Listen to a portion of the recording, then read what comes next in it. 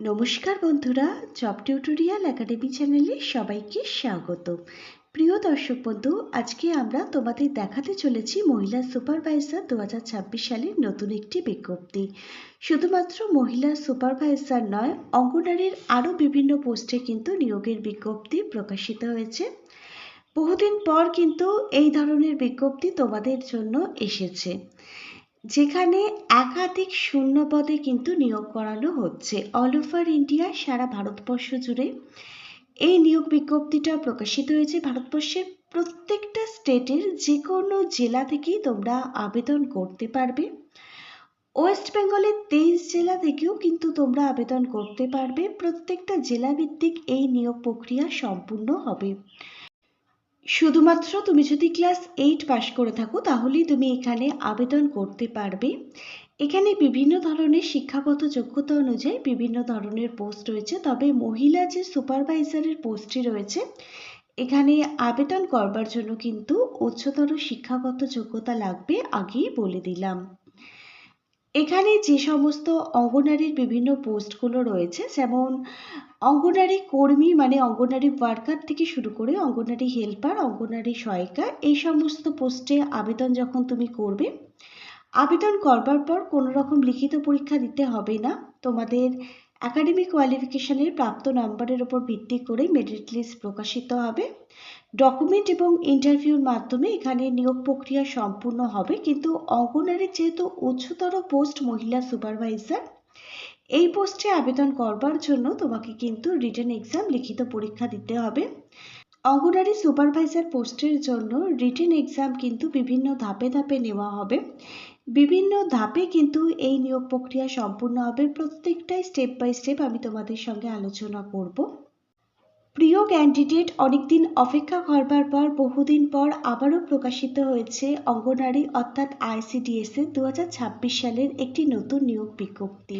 তোমরা এখানে কিভাবে আবেদন করবে, কবে থেকে আবেদন শুরু হচ্ছে, আবেদনের লাস্ট ডেট কি রয়েছে, প্রত্যেকটা পোস্ট অনুযায়ী এলিজিবিলিটি ক্রাইটেরিয়াগুলো সহ শিক্ষাগত যোগ্যতা, বয়সসীমা, কোন পোস্টের জন্য কত টাকা বেতন থাকছে প্রত্যেক মাসে, তোমাদের জব পোস্টিং কোথায় হবে, এই সমস্ত কিছুই আমি সম্পূর্ণ ডিটেলসে আলোচনা করব তোমাদের প্রত্যেকের সঙ্গে আজকের এই ভিডিওর মাধ্যমে।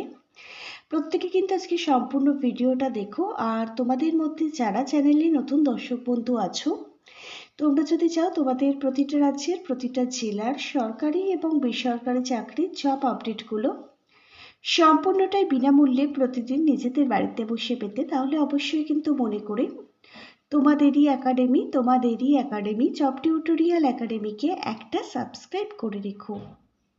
প্রিয় ক্যান্ডিডেট, তোমরা প্রত্যেকে অনস্ক্রিনে প্রকাশিত হওয়া অফিসিয়ালি বিজ্ঞপ্তিটা দেখতে পাচ্ছ। এখানে একাধিক পোস্টে নিয়োগ করানো হচ্ছে। আগেই বলে দিচ্ছি, অল ওভার ইন্ডিয়া, সারা ভারতবর্ষ জুড়ে 20,531টির ওপরে কিন্তু শূন্যপদ থাকছে। এবার তোমরা দেখো, তোমাদের বাড়ির আশেপাশে যে সমস্ত ছোট ছোট ICDS সেন্টারগুলো আছে, অঙ্গনারী স্কুলগুলো আছে, সেখানেই কিন্তু তোমাদের জব পোস্টিং হবে। এখানে প্রথম পোস্টটি হচ্ছে অঙ্গনারী হেল্পার, যাকে বলা হয় অঙ্গনারী সহায়িকা পোস্ট। এই পোস্টের দায়িত্ব হচ্ছে অঙ্গনারী কেন্দ্রের দেখাশোনা করা, অঙ্গনারী ওয়ার্কারদের সাহায্য করা, অঙ্গনারী কেন্দ্র পরিষ্কার এবং পরিচ্ছন্ন রাখা এবং বিভিন্ন কর্তৃপক্ষকে সহায়তা করা। অঙ্গনারী হেল্পার, অঙ্গনারী সহায়িকা পোস্টে তুমি যদি আবেদন করতে চাও, শিক্ষাগত যোগ্যতা দেখে নাও। তুমি যে কোনো স্কুল বোর্ড থেকে যদি ক্লাস 8 মানে অষ্টম শ্রেণী পাশ করে থাকো, তুমি আবেদন করতে পারবে। যাদের ক্লাস 8 পাশের রেজাল্ট সার্টিফিকেট নেই, তারা যদি মাধ্যমিক পাশ করে থাকে, এখানে তারা আবেদন করতে পারবে। প্রত্যেকটা জেলা অনুযায়ী কিন্তু এই নিয়োগটি সম্পূর্ণ হবে।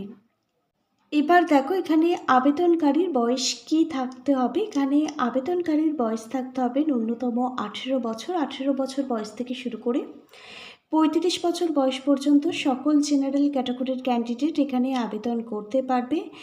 SC ST OBC ক্যাটাগরির ক্যান্ডিডেটদের জন্য 5 বছর এবং 3 বছরের অতিরিক্ত বয়সের ছাড় থাকবে। প্রত্যেক মাসে বেতন কত টাকা থাকবে, এখানে প্রায় 4,500 টাকা থেকে শুরু করে 7,500 টাকা পর্যন্ত বেতন থাকবে।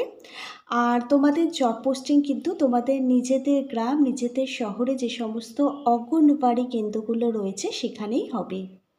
এবার দেখো পরবর্তী পোস্টটা হচ্ছে অঙ্গনারী কর্মী মানে অঙ্গনারী ওয়ার্কার। এই পোস্টে কাজের দায়িত্ব কি থাকছে দেখো, দিনক্ষণ ও স্বাস্থ্য সংক্রান্ত তথ্য তোমাদের কিন্তু সংগ্রহ করতে হবে। গর্ভবতী মহিলা ও স্বাস্থ্য উন্নয়নে যাতে বৃদ্ধি পায় সেটা তোমাদের দেখতে হবে। ব্যক্তিগত প্রকল্পের সুবিধা দিতে হবে এবং প্রত্যেকটা কেন্দ্রের প্রত্যেকটা শিশুকে কিন্তু শিক্ষা প্রদান করতে হবে। এখানে আবেদন করবার জন্য শিক্ষাগত যোগ্যতা, তুমি যদি উচ্চ মাধ্যমিক পাশ করে থাকো যে কোনো সাবজেক্ট নিয়ে যে কোনো বোর্ড থেকে তুমি আবেদন করতে পারবে অঙ্গনারী কর্মী পোস্টের জন্য। অঙ্গনওয়াড়ি ওয়ার্কার অঙ্গনারী কার্যকর্মী পোস্টে আবেদন করবার জন্য আবেদনকারীর বয়স থাকতে হবে 18 থেকে 35 বছরের মধ্যে। এসসি এসটি ক্যাটাগরির ক্যান্ডিডেটরা 5 বছর, ওবিসি ক্যাটাগরির ক্যান্ডিডেটরা এখানে 3 বছর অতিরিক্ত বয়সের ছাড় পাবে। মাসিক বেতন এখানে 8,000 টাকা থেকে 12,000 টাকা পর্যন্ত তোমাদের জন্য প্রত্যেক মাসে স্যালারি থাকবে। এবার তোমরা দেখো তোমাদের জব পোস্টিং হবে তোমাদের বাড়ির আশেপাশে যে সমস্ত আইসিডিএস অর্থাৎ অঙ্গনওয়াড়ি কেন্দ্রগুলো আছে সেখানেই তোমাদের জব পোস্টিং হবে। এবার দেখো এখানে দ্বিতীয় পোস্ট হচ্ছে অঙ্গনওয়াড়ি সুপারভাইজার। এই অঙ্গনওয়াড়ি সুপারভাইজারের কাজ হচ্ছে প্রত্যেকটা অঙ্গনওয়াড়ির কেন্দ্রে তত্ত্বাবধান করা, প্রত্যেকটা কাজ ঠিকঠাক করে দেওয়া এবং সেই কাজগুলো সঠিকভাবে পূরণ হচ্ছে কিনা সেদিকে লক্ষ্য রাখা, প্রত্যেকটা কাগজপত্র জমা নেওয়া, অর্থনৈতিক প্রকল্পগুলো যাতে মানুষ সুবিধা পায় সেগুলো কিন্তু ঠিকঠাকভাবে দেখাশোনা করা। এবার তোমরা দেখো এখানে শিক্ষাগত যোগ্যতা, তুমি যদি গ্র্যাজুয়েশন কমপ্লিট করে থাকো তুমি আবেদন করতে পারবে।